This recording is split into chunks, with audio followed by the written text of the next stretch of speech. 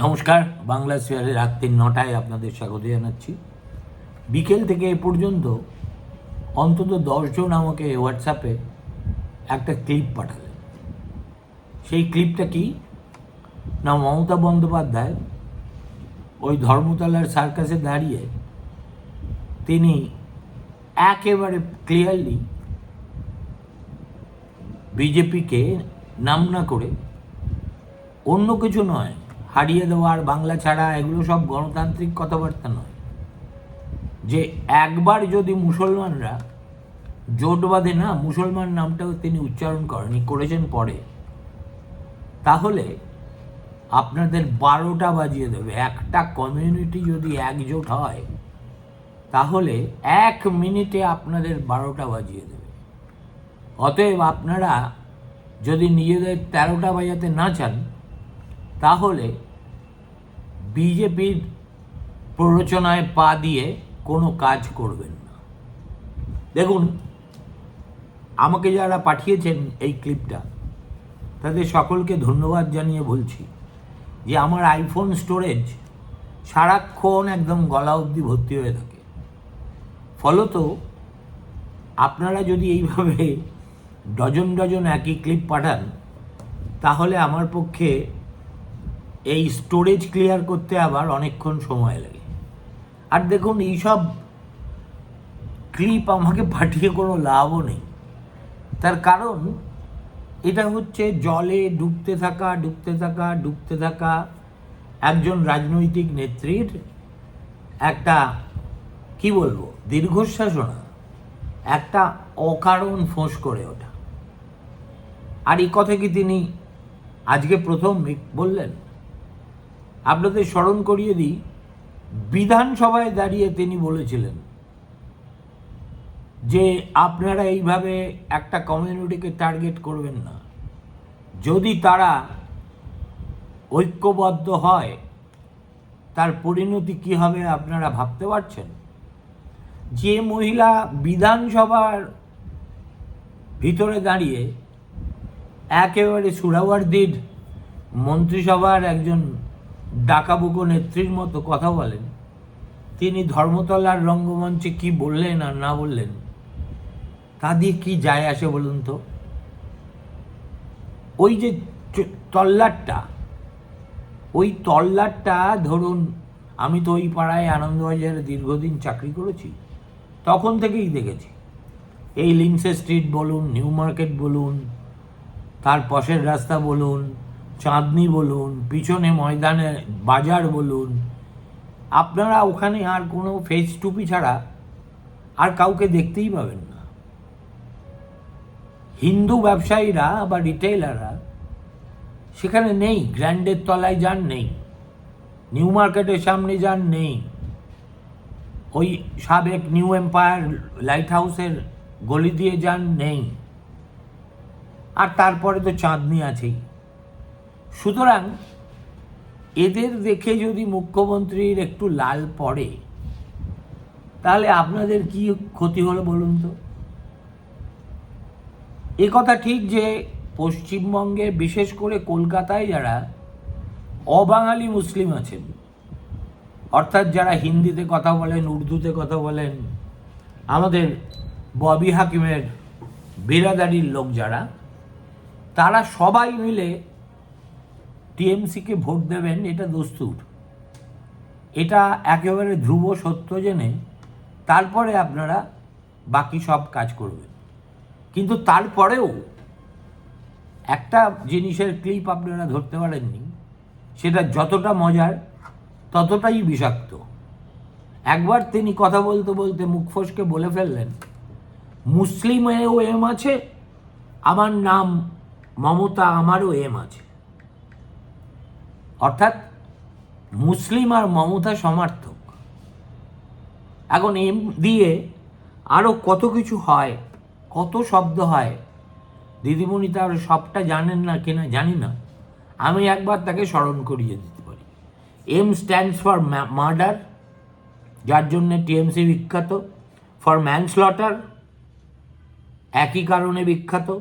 Molestation, Paschimbanga যার জন্য এখন সর্বভারতীয় স্টোরি হয়, money laundering,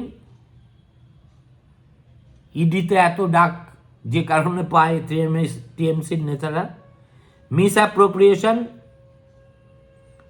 ম্যালিফিসেন্স, misconduct, mischief, manipulation, mob violence, militancy, mafia activity, match fixing.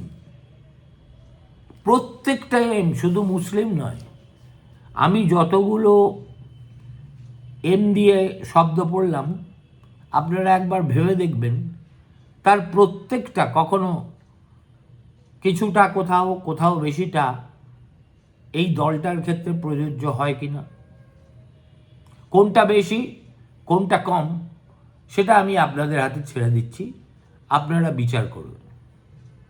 কিন্তু এই যে হয় কি, একটা কমিউনিটিকে she had taken them for granted। যেহেতু 2011 মুসলিমরা ঢালাও ভোট দিয়েছিল মমতা বন্দ্যোপাধ্যায়কে, তার কারণ ছিল বুদ্ধদেব সরকারের ভূমি নীতি, বিশেষ করে নন্দীগ্রামে, ভাঙড়ে, দক্ষিণ 24 পরগনার বিভিন্ন জায়গায় মুসলিমদের স্বার্থে এমনভাবে আঘাত করেছিল যে বামপন্থীদের ছেড়ে তারা দলে দলে পরিবর্তনের পক্ষে রায় দিয়েছিলেন। তারপর 2014 পর থেকে দিদিমণির হাতে একটা মুসলিমদের আতঙ্কগ্রস্ত করে রাখার একটা নতুন অস্ত্র এসেছে, তার নাম বিজেপি। সর্বত্র বিজেপির জুজু দেখিয়ে আমরা আছি তাই ভালো আছেন, আমরা চলে গেলে বিজেপি এলে কিন্তু যেভাবে আমাদের ছেলেবেলায়, আমি তো খুব দুষ্ট ছিলাম, আমার মা ভয় দেখাতো চোর ডাকাত এসে যাবে, এই হবে সেই হবে। আর আমাদের তো গানই আছে, বর্গি এলো দেশে, বুলবুলিতে ধান খেয়েছে, খাজনা দেবো কিসে। সুতরাং বিজেপিকে একেবারে বর্গীদের সঙ্গে তুলনা করে মুসলিমদের মধ্যে আতঙ্ক সৃষ্টি করে তিনি তারপর আরও দুটো ভোট পার হয়ে গেছে, 2016, 2021। আমি তাকে অনুরোধ করব একবার দয়া করে NH 34 দিয়ে যান, দেখবেন ওই কৃষ্ণনগর পেরিয়ে যেই চাপড়া, কালীগঞ্জ, বেলডাঙ্গা থেকে ধরতে ধরতে বহরমপুর, তারপরে ফারাক্কা, শামশেরগঞ্জ, যত এগোবেন, তারপর ফারাক্কা পেরিয়ে মালদা, আপনি দেখবেন আপনার এই কথায় মুসলিম সমাজ সাড়া তো দিচ্ছেই না, উল্টে বেদম বিরক্ত হচ্ছে। কেননা বারবার ঘুঘু তুমি খেয়ে যাও ধান, একবার ধরাকে পড়লে যাইবে পরাণ অবস্থা হয়েছে আপনার। আপনি মুসলিম, গরিব মুসলিম, গ্রামীণ মুসলিমদের জীবনের মান উন্নত করার জন্য কার্যত কোনো কাজ না করে, তাদের নিজস্ব যে শিক্ষা ব্যবস্থা ছিল মাদ্রাসা, সেটাকে প্রায় ধ্বংস করে দিয়ে আমাদের বাকি শিক্ষার মতো, এবং সর্বোপরি ওয়াকফের প্রশ্নে প্রকাশ্যে দাঁড়িয়ে গাদ্দারি করে, আর তারপরে 37টি মুসলিম সাবকাস্টকে তাদের সঙ্গে কোনো রকম আগাম পরামর্শ না করে ওবিসি তালিকা থেকে কেড়ে নিয়ে এমন একটা পরিস্থিতির সৃষ্টি করেছেন যে মুসলিমদের একটা বড় অংশ, আবার বলছি বাঙালি মুসলিমদের একটা বড় অংশ এবার আপনি গেলে পিছন ফিরেও তাকাবে না। এটা আমার নিজস্ব অভিজ্ঞতার ভিত্তিতে বলছি, পরের মুখে ঝাল খেয়ে বলছি না। এই যে 7 দিন ধরে আমি ঘুরে এসেছিলাম এই কটি জেলার মধ্যে দিয়ে, তখনই এই জিনিস দেখার দুর্ভাগ্য বা সৌভাগ্য যাই বলুন আমার হয়েছে। দক্ষিণ 24 পরগনায়, নর্থ 24 পরগনায় তৃণমূলের চ্যালেঞ্জার হিসেবে উঠে এসেছে নওশাদ সিদ্দিকী। আপনারা যতই তাকে তুচ্ছ জ্ঞান করুন, আইএসএফ কিছু নয়, ওটা বিজেপির টাকায় চলে, আমার কাছে লিখে নিন, আপনাদের বাড়াভাতে ছাই দেওয়ার মতো ক্ষমতা নওশাদ সিদ্দিকী এবং তার দল ইতিমধ্যেই অর্জন করে ফেলেছে। যে হুমায়ুনকে গদ্দার বলে আপনার ভাইপো কিছুদিন আগে বহরমপুরে সমস্ত যানবাহনকে স্তব্ধ করে দিয়ে কি একটা রোড শো না কি করে এলো, আমার কাছ থেকে লিখে নিন, মুর্শিদাবাদের 22টা কেন্দ্রেই সেই হুমায়ুন কোথাও বড় ফ্যাক্টর হবে, কোথাও মাঝারি ফ্যাক্টর হবে, কোথাও ছোট ফ্যাক্টর হবে, কিন্তু ফ্যাক্টর হবেই। আর কেন আপনারা মিছিমিছি হুমায়ুনকে গাল দেন তাও আমি বুঝি না। সে বলেছিল দিদির গ্যাসকে আমরা 70 ওরা 30, আর দিদি সেটাই তো আরেকটু অন্যরকমভাবে বলছে, ওদেরকে আন্ডার এস্টিমেট করবেন না, ওরা যদি একত্রিত হয় তাহলে কি প্রলয়টা ঘটতে পারে তা আপনারা ভেবে দেখেছেন? আমরা আছি বলে আপনারা ভালো আছেন, মানে আমরা হিন্দুরা। দেখুন, অনেক দিন তো হয়ে গেল, এই সার্কাসটা এবার বন্ধ করলে হয় না?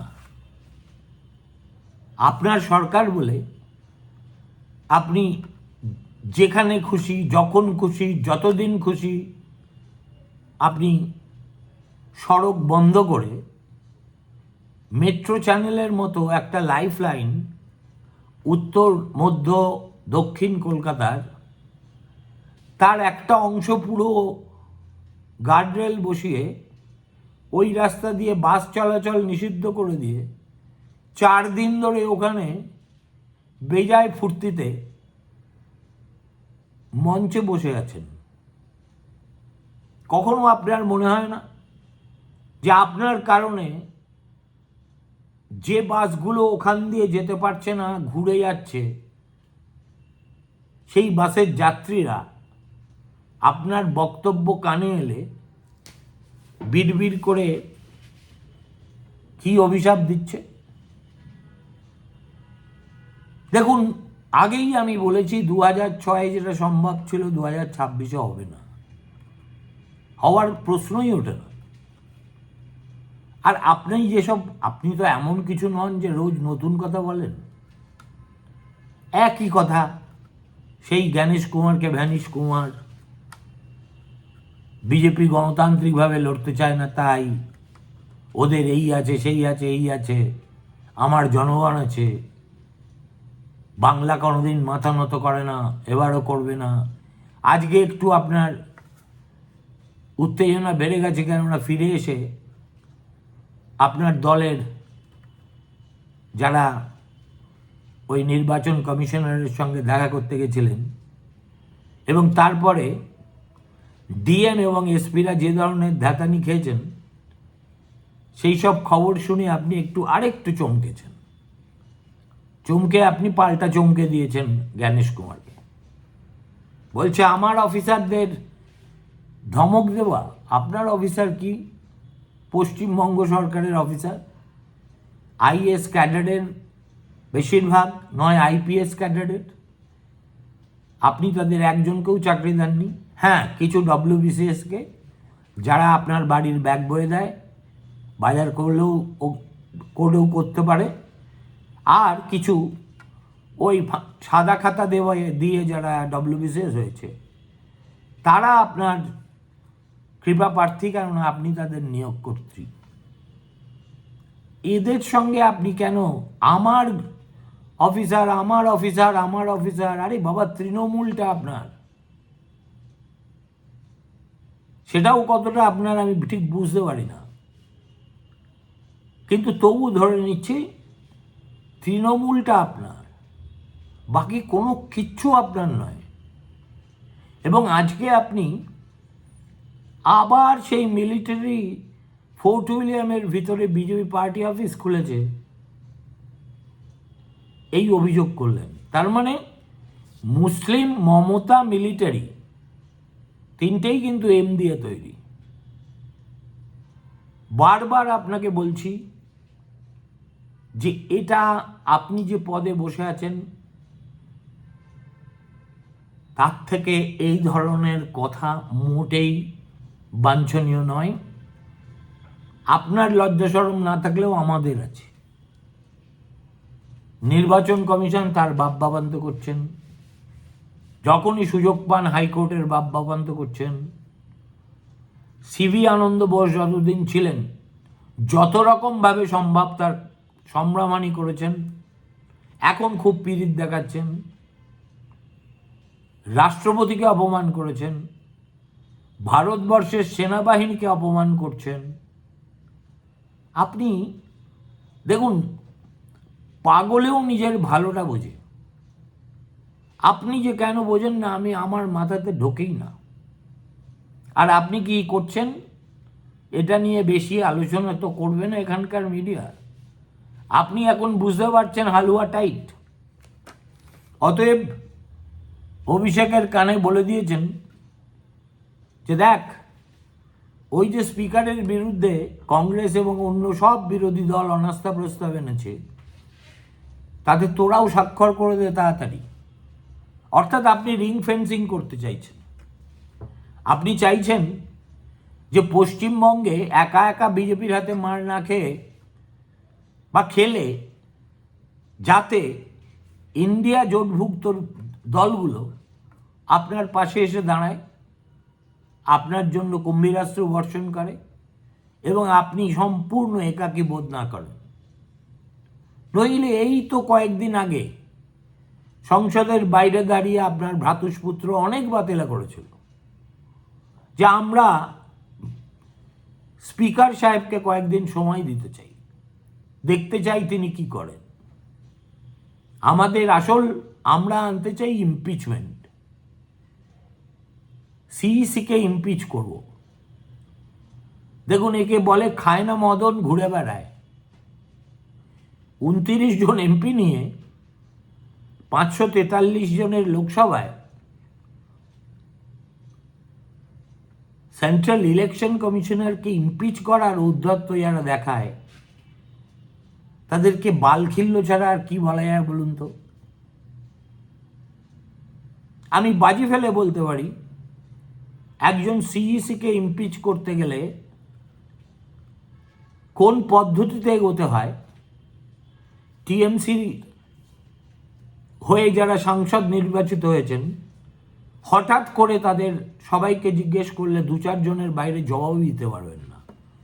সৌগতদা পারবেন, কল্যাণও পারলেও পারতে পারে, কাকলি পারলেও পারতে পারে। বাকি এইসব যারা হঠাৎ করে টেলিজগৎ থেকে ওই সংসদ ভবনের মাথায় গিয়ে পড়েছেন, তারা হিমশিম খাবেন। আর রচনা বন্দ্যোপাধ্যায়কে জিজ্ঞেস করলে কেলেঙ্কারি হয়ে যাবে। এই ভুলটা যেন কোনো রিপোর্টার না করে।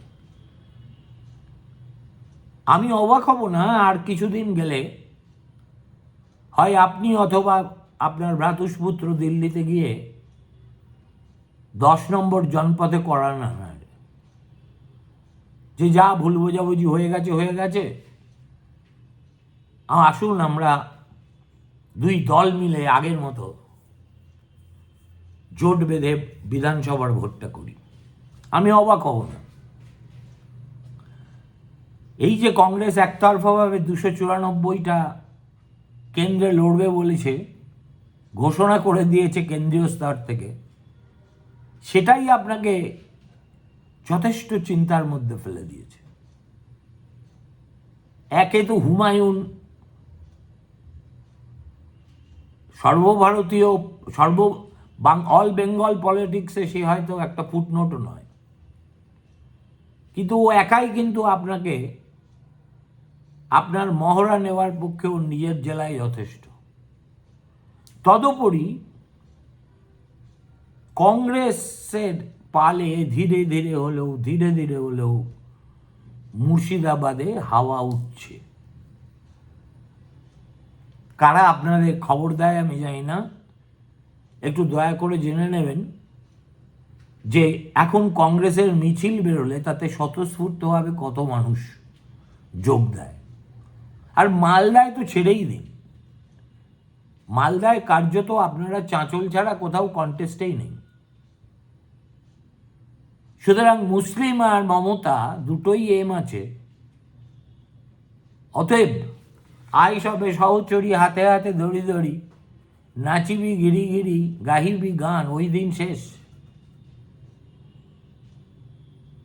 For a large section of Bengali Muslims, you have broken their heart.